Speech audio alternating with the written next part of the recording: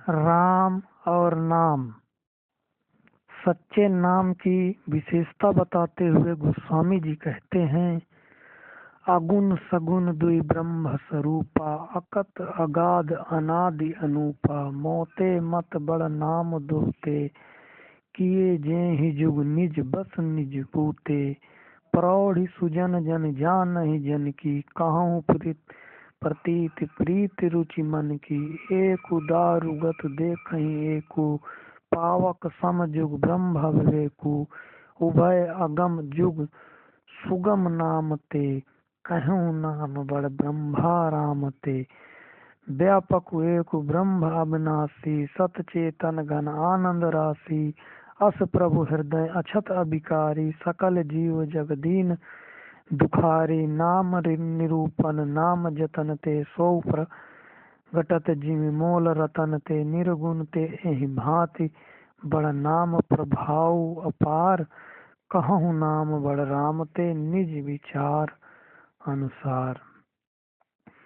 गोस्वामी जी कहते हैं कि सज्जन लोगों से प्रार्थना है कि वे मेरी इस बात को मेरी ढिठाई या अतिशयोक्ति बढ़ा चढ़ाकर कही गई बात न समझे। मैं जो कुछ कह रहा हूँ मन के विश्वास और प्रेम से कह रहा हूँ, और केवल वही कह रहा हूँ जो वास्तविक या सत्य है। मेरी यह दृढ़ धारणा है कि नाम ब्रह्मा के निर्गुण और सगुण दोनों रूपों से बड़ा है, क्योंकि इन दोनों रूपों को नाम के द्वारा ही आसानी से जाना जा सकता है।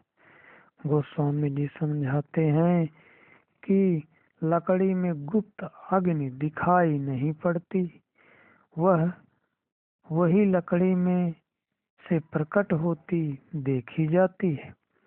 इसी तरह ब्रह्मा के दो रूप हैं, निर्गुण और सगुण। ये दोनों ही रूप अनादि अनंत अगम और अखत है, परंतु नाम इन दोनों रूपों से बड़ा है। यही इन दोनों रूपों का आधार और सार है, और यही दोनों रूपों का ज्ञान देने वाला है। ब्रह्मा सर्वव्यापक है, एक है और अमर अविनाशी है। वह सदा कायम रहने वाला चेतन और आनंद स्वरूप है। माया के विकारों से मुक्त ऐसा ब्रह्मा सबके अंदर विराजमान है, परंतु इसके बावजूद संसार के सब लोग दुखों से पीड़ित हैं। अपने अंतर में नाम को प्रकट कर लेने पर निर्गुण ब्रह्मा ऐसे प्रकट हो जाता है जैसे रत्न को जान लेने से उनके मूल्य का ज्ञान हो जाता है। स्पष्ट है कि नाम ब्रह्मा के निर्गुण और सगुण दोनों रूपों से बड़ा है, क्योंकि दोनों का ज्ञान नाम द्वारा होता है। इस प्रकार आप कहते हैं कि मेरी यह दृढ़ धारणा है कि नाम राम से भी बड़ा है।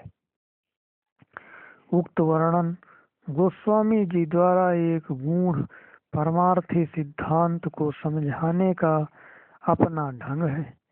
आप समझाते हैं कि जब तक नाम का बोध नहीं होता तब तक न निर्गुण ब्रह्मा का और न ही सगुण ब्रह्मा का ज्ञान होता है। इसी तरह राम के वास्तविक स्वरूप की पहचान भी केवल नाम द्वारा होती है। इसीलिए व्यवहारिक दृष्टि से असल बड़ाई नाम की है। नाम को राम से बड़ा बताते हुए गोस्वामी जी लिखते हैं, राम भगत हित नर तनुधारी, सही संकट किए साधु सुखारी, नाम सप्रेम जपत अनयासा, भगत हो ही मुद मंगल वासा, राम एक तापस तिय तारी, नाम कोटि खल कुमति सुधारी, ऋषि हित राम सुकेतु सुता की, सहित सेन सुत कीन विवाह की, सहित दोष दुख दास दुरासा, दलहि नाम जिमि रवि निसिनासा, भंज्यु राम आप भव बचापू, भव भय भंजन नाम प्रताप।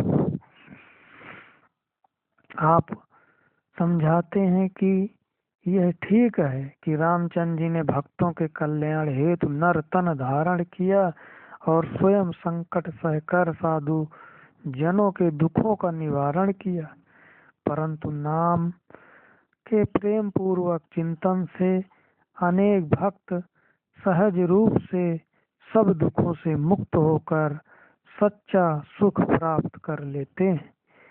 आपने एक तपस्वी की पत्नी अहिल्या, जो किसी ऋषि के श्राप से शिला पत्थर बन चुकी थी, का उद्धार किया, किंतु नाम ने करोड़ों जड़ बुद्धि वाले मूर्खों और अज्ञानियों को मुक्ति प्रदान की।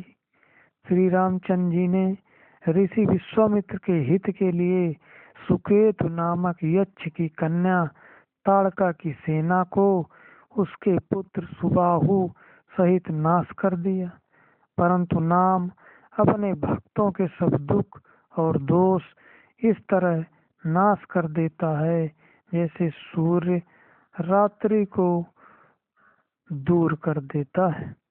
श्री राम ने तो शिव जी के धनुष को तोड़ा, परंतु नाम तो संसार के हर प्रकार के भय का नाश करने वाला है। प्रभु श्री राम ने दंडक वन में निवास कर उसे सुहावना बनाया, परंतु नाम ने असंख्य लोगों के मन को पवित्र बना दिया। राम ने राक्षसों के समूह का नाश किया, परंतु नाम तो कलयुग के सभी पापों को जड़ से उखाड़ने वाला है। श्री राम ने तो सबरी, जटायु आदि उत्तम सेवकों को ही मुक्ति प्रदान की, परंतु नाम ने अनगिनत दुष्टों का उद्धार कर दिया। तभी तो वेद भी नाम का गुणगान करते हैं और नाम की महिमा करते हैं। स्पष्ट है कि गोस्वामी जी यह बतलाना चाहते हैं कि सभी जीवों की मुक्ति एकमात्र साधन नाम है। नाम ही जीव को भव सागर से पार ले जाने वाली असल शक्ति है और नाम ही सच्चे ज्ञान और सच्चे आनंद का स्रोत है। नाम कहीं बाहर नहीं, नाम हर व्यक्ति के अपने अंदर है, पर जब हम संतों महात्माओं के बताए हुए उपदेश के अनुसार अपनी लिव को अंतर में नाम से जोड़ते हैं, तभी नाम की धारा हमें प्रभु के धाम में वापस ले जाती है, जहाँ से वह आ रही है।